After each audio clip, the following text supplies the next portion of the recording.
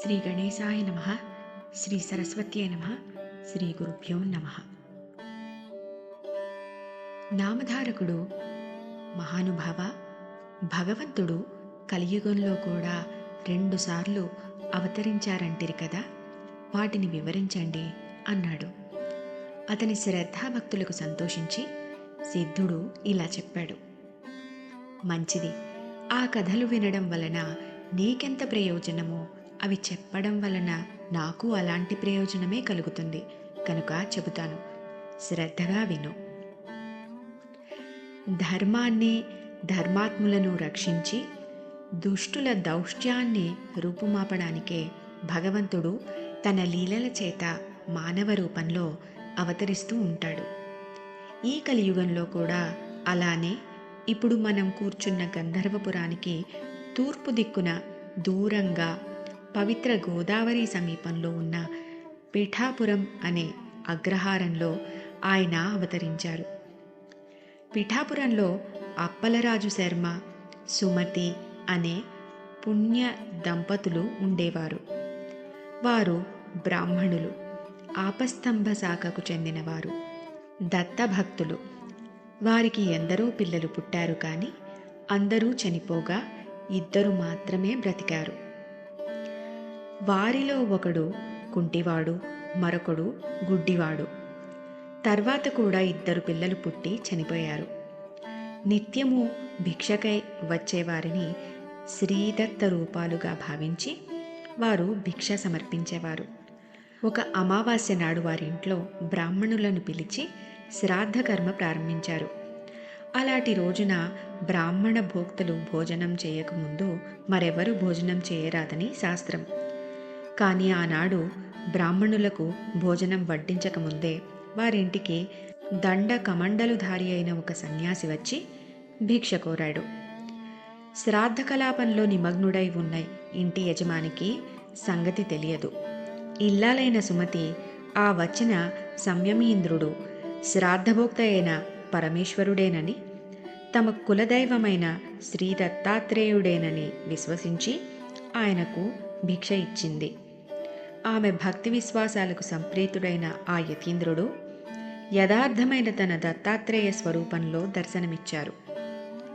నామధారక, అప్పటి ఆ స్వామిని చూడటానికి 1000 కనులు చాలవు, వర్ణించటానికి ఎన్ని వేల నాలుకలైనా సరిపోవు. 2 చేతులలో శంఖచక్రాలు, 2 చేతులలో ఢమరు త్రిశూలాలు, మిగిలిన 2 చేతులలోనూ జపమాల కమండలాలు ధరించి 6 బాహువులతో 3 ముఖాలతో స్వామి వెలిగిపోతున్నాడు. వెండి కొండవలే తెల్లని కాంతితో ఆయన మూర్తీభవించిన శుద్ధ సత్వమా అన్నట్లు ప్రకాశిస్తున్నాడు. ప్రపంచంలోని దీనులను ఉద్ధరించడానికి 6 చేతులు చాలక అనేకమైన బాహువులే ఆయన శిరస్సు నుండి వచ్చాయా అన్నట్లు ఆయన జటాజూటం నుండి జుట్టు పాయలుగా వేలాడుతున్నది. ఆ తల్లి సుమతీదేవి తన జన్మ సార్థకమయ్యేలా ఆ అమృతమూర్తిని వడలెల్లా కళ్ళు చేసుకొని ఆ కన్నులతోనే పానం చేయసాగింది. అప్పుడా కరుణాకరుడు, తల్లి, అచంచలమైన నీ విశ్వాసానికి సంప్రీతుడనయ్యాను. శ్రాద్ధ బ్రాహ్మణులు భోజనం చేయకముందే నేను పరమేశ్వరుడు నన్న విశ్వాసంతో భోజనం పెట్టావు. నీ అభీష్టమేమిటో చెప్పు, నేను తప్పక నెరవేర్చగలను అన్నాడు. స్వామి మాటలు అమృతధారలై ఆమె చెవుల ద్వారా శరీరంలోని సర్వధాతువులలోకి ప్రవహించాయి. జగన్మోహనమైన శ్రీ దత్తాత్రేయ స్వామి దర్శనంతో ఆమె కన్నులు, ఆయన యొక్క అమృత వాక్కులు వినడం వలన ఆమె చెవులు బ్రహ్మవాక్కులైన వేదాలను వినిన ఋషి సత్తముల చెవుల వలె పరమ పావనమయ్యాయి. ఆమె కృతజ్ఞతతో, పరమాత్మ, యోగులను కూడా ముగ్ధులను చేసేలా దర్శనమిచ్చావు. అంతేగాక నా చేతి అన్నం స్వీకరించావు. ఇంతకంటే నాకేం కావాలి? నేను ధన్యురాలను. ఈనాటి శ్రాద్ధదేవతలైన మా పితృదేవతలు కూడా ధన్యులయ్యారు. నీవు భక్తుల కోరికలు ఈడేర్చే కల్పవృక్షానివి. నీవు నన్ను తల్లి అని సంబోధించావు కనుక నేను ప్రత్యేకంగా నిన్ను వరం అడగవలసిన పని లేదు. నీవిచ్చిన మాటను నిలుపుకో చాలు అన్నది. భక్తి శ్రద్ధల వలన జాగృతమైన ఆమె బుద్ధిశక్తికి ఆశ్చర్యచకితుడైన శ్రీ దత్తాత్రేయ స్వామి ఇదివరకు అత్రి మహర్షి అడిగినట్లే ఈమె కూడా లోకానుగ్రహార్థమైన కోరిక కోరుతున్నది అనుకున్నాడు. ఆయన, అమ్మా, నాతో సమానుడైన పుత్రుడే నీకు జన్మిస్తాడు, కానీ నీవు పుత్రవ్యామోహంతో అతని మాటను పట్టించుకొనక నీవు చెప్పినట్లే అతడు చేయాలని నిర్బంధించకూడదు. అతడు చెప్పినదే అక్షరాల అమలు జరపాలి అన్నారు. ఆ దర్శనంతో మరింత నిశితమైన బుద్ధిశక్తి కలిగిన ఆమె, స్వామి, నేను మానవ మాతృరాలిని. నాకు పుత్రవ్యామోహం కలగడం సహజం. అది లేక మాతృవాంఛ పరిపూర్ణమయ్యేదెలా? కనుక పుత్రుడు జన్మించాక సమయానుకూలంగా అట్టి వివేకాన్ని నీవే అనుగ్రహించాలి అని ప్రార్థించింది. ఆమె సమయస్ఫూర్తికి మెచ్చి దత్తస్వామి నవ్వి ఆశీర్వదించి అంతర్హితులయ్యారు. సుమతీదేవి ఆనంద పారవస్యంతో ఇంటిలోనికి వెళ్ళి పితృశ్రాద్ధాది కార్యకలాపాన్ని కొనసాగిస్తున్న భర్తను పక్కకు పిలిచి, స్వామి, నేనీనాడు ఒక అపరాధం చేశాను. చేసిన అపరాధం చెబితే దోషం పోతుంది. శ్రాద్ధ బ్రాహ్మణులు ఇంతవరకు భోజనం చేయలేదు కదా, కానీ ఇప్పుడే ఒక సన్యాసి వచ్చి భిక్షమడిగాడు. ఆయనే యజ్ఞపతి, శ్రాద్ధఫల భోక్త అయిన శ్రీ దత్తాత్రేయ స్వామి అని భావించి భిక్ష ఇచ్చాను. ఆయన సంతోషించి తన నిజ రూపమైన దత్తాత్రేయ స్వామిగా దర్శనమిచ్చారు అని చెబుతూ ఉంటే ఆమె శరీరం రోమాంచితమై, కంఠం గద్గదమై, కన్నులు ఆనంద భాష్పాలతో నిండాయి.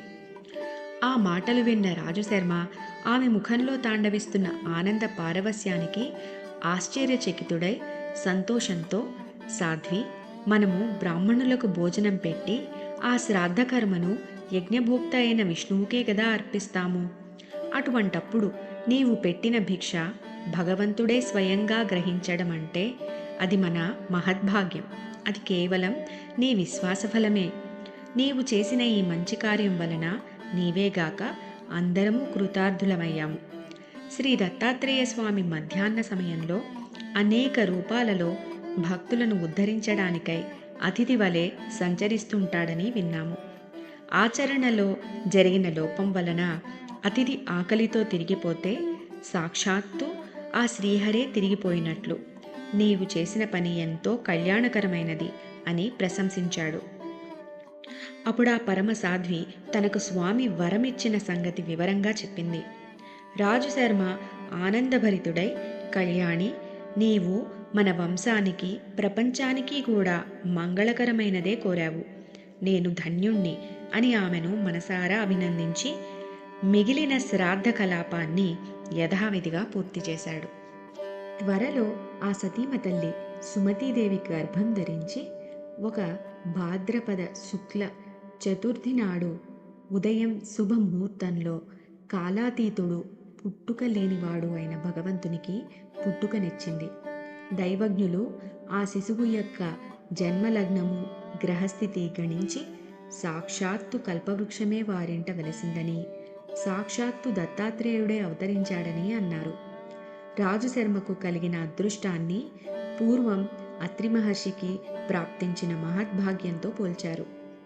ఆ శిశువు పాదాలలో దివ్య చిహ్నాలు మొదలగున శుభ లక్షణాలతోనూ అప్రతిమాన తేజస్సుతోనూ ప్రకాశిస్తుండడం వలన అతనికి శ్రీపాదుడు అని నామకరణం చేశారు. నామధారక అది కలియుగంలో శ్రీ దత్తాత్రేయ స్వామి యొక్క మొదటి అవతారం. పుట్టినది మొదలు శ్రీపాదస్వామి శుక్లపక్ష చంద్రునిలాగా అందరికీ ఆహ్లాదాన్ని అందిస్తూ, ఆనందం చిందిస్తూ, ముద్దులు మూటగడుతూ పెరిగి 8 ఏండ్ల వాడయ్యాడు. అతని ముద్దు ముచ్చటలు తల్లిదండ్రులే కాక ఆ ఊరి వారందరూ తనివి తీరా అనుభవించారు. అతని పాదస్పర్శతో ఆ ఊరు, అతని జననము, బాల్య జీవితాల వలన ఆ పవిత్ర గోదావరి ప్రాంతము ఎంత ధన్యత పొందాయో చెప్పతరమా? 8వ ఏట అతని తల్లిదండ్రులు ఒక శుభముహూర్తంలో అతనికి ఉపనయనం చేశారు. సామాన్యంగా అటు తర్వాత వటువును తగిన గురువు వద్ద అధ్యయనం చేయిస్తే కానీ వేదం రాదు. కానీ ఈ శ్రీపాదస్వామి తనకు ఉపనయనమైన మరుక్షణమే శిష్యులకు వేదపాఠాలు చెప్పి వెనుక శ్రీ దత్తాత్రేయ స్వామి సుమతీదేవికి ఇచ్చిన మాట యథార్థమని నిరూపించుకున్నాడు. ఇది ఆ భగవంతుడికి తప్ప వేరొకరికి సాధ్యమా? ఇలా శ్రీపాదుడు 16 ఏండ్ల ప్రాయం గలవాడయ్యాడు. ఇంతలో రాజుశర్మ తన కుమారునికి వివాహం చేయాలని కన్యాన్వేషణ చేయసాగాడు. అది తెలిసి ఒకనాడు శ్రీపాదస్వామి తండ్రితో, నాయనా, నీవు నాకు వివాహం చేయటానికై తగిన కన్య కోసం అన్వేషించిన అవసరం లేదు. సర్వ శుభలక్షణాలు కలిగి నాకు తగిన కన్య సిద్ధంగా ఉన్నది. ఆమె పేరు యోగశ్రీ. నేను ఆమెను చేపట్టి సన్యాసినవుతాను. నేను శ్రీవల్లభుడును కనుక నాకు సంతానం లేకపోయినా నిత్యముక్తుడనే అని నిశ్చయంగా చెప్పాడు. ఆ తండ్రికి ఆ మాటలు మనస్తాపాన్ని కలిగించాయి. కన్నుల నీరు కారుతుంటే రాజుశర్మ గద్గద స్వరంతో, పెళ్ళుబుకుతున్న పుత్ర వ్యామోహంతో స్వామితో ఇలా వాపోయాడు. అబ్బాయి, నీవు గనక సన్యసించి మా దగ్గర లేకుండా పోతే మేము నీటి నుండి బయటపడిన చేపపిల్లల వలె శోకంతో విలవిలలాడి మరణిస్తాము. నీవు సాక్షాత్తు పరమేశ్వరుడివే అయినా మా పుణ్యం వలన మాకు బిడ్డవై జన్మించావు. అట్టి నీవే తల్లిదండ్రులమైన మమ్ములను శోకసాగరంలో ముంచి వెడలిపోవటం ఉచితమేనా? భగవంతుడవు, ధర్మగోప్తవు, ధర్మరక్షకుడవు అయిన నీవే పుత్రధర్మాన్ని నిర్వహించకుంటే ఎలా? నామధారక, ఈ దంపతులకు శ్రీపాదస్వామియే కాక కుంటివాడు, రుడ్డివాడు అయిన మరి 2 కొడుకులున్నారు కదా. రాజుశర్మ ఆ 2ని శ్రీపాదస్వామి వద్దకు తెచ్చి, నాయనా, నిన్ను స్మరించడం చేతనే సంసార బంధం తొలగిపోతోంది. కానీ అవిటి వారైన నీ సోదరులిద్దరినీ చూసినప్పుడు మాత్రం మాకు మరలా ఈ సంసార బంధాలు పెనవేసుకుంటాయి. వీరితో మా గతేమి అని దుఃఖించాడు. సుమతీదేవి కూడా పొరలుకొస్తున్న దుఃఖం అణుచుకుంటూ శ్రీపాదుని సమాధానం కోసం ఎంతో ఆర్తితో ఎదురుచూసింది. వారి బాధను గుర్తించిన శ్రీపాదస్వామి అన్నలిద్దరినీ తన అమృత హస్తంతో స్పృశించాడు. సంజీవిని స్పర్శ చేత చనిపోయిన వారికి ప్రాణమొచ్చినట్లు స్వామి స్పర్శ చేత తక్షణమే వారిద్దరూ పాద నేత్రవంతులై సుందర సుకుమారమైన రూపాలతో ప్రకాశింపసాగారు. సర్వతంత్ర స్వతంత్రుడు, సకల జగన్నియామకుడు అయిన భగవంతుని మహిమకు సాధ్యాసాధ్యాలు లేవు. ఈ అద్భుత సన్నివేశం కన్నులారా చూసిన ఆ తల్లిదండ్రులకు శ్రీపాదుడు కేవలం తమ పుత్రుడన్న భ్రాంతి పటాపంచలైంది. అతడు లేని చోటే లేదు కనుక అతడు తమ దగ్గర లేకుండా పోతున్నాడన్న వ్యామోహం అంతరించింది.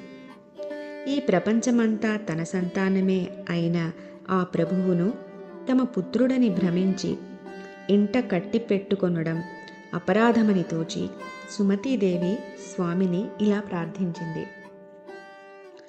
ప్రభు, నీ మాయ చేత నీవు నా పుత్రుడవని భ్రమించాను. నీకు పాలిచ్చి పెంచడం వలన నీవు సర్వలోకాలను పాలించే జగన్మాతకు ప్రభువన్న సంగతి మరచాను. అనంతకోటి బ్రహ్మాండాలు నీయందే ఇమిడి ఉన్నాయి. నా భ్రాంతి తొలగించు. అప్పుడు ఆయన తన యథార్థ రూపాన్ని తల్లికి మరొక్కసారి దర్శింపజేశాడు. ఆ దివ్య మనోహర మంగళ సుకుమార సుందరమూర్తి ఆమె చూస్తుండగానే కోటి సూర్యుల కాంతితో, కోటి చంద్రుల చల్లదనంతో చూచేవారి దేహాలలోని ప్రతి అణువును అమృతంతో ముంచివేసేలా దర్శనమైంది.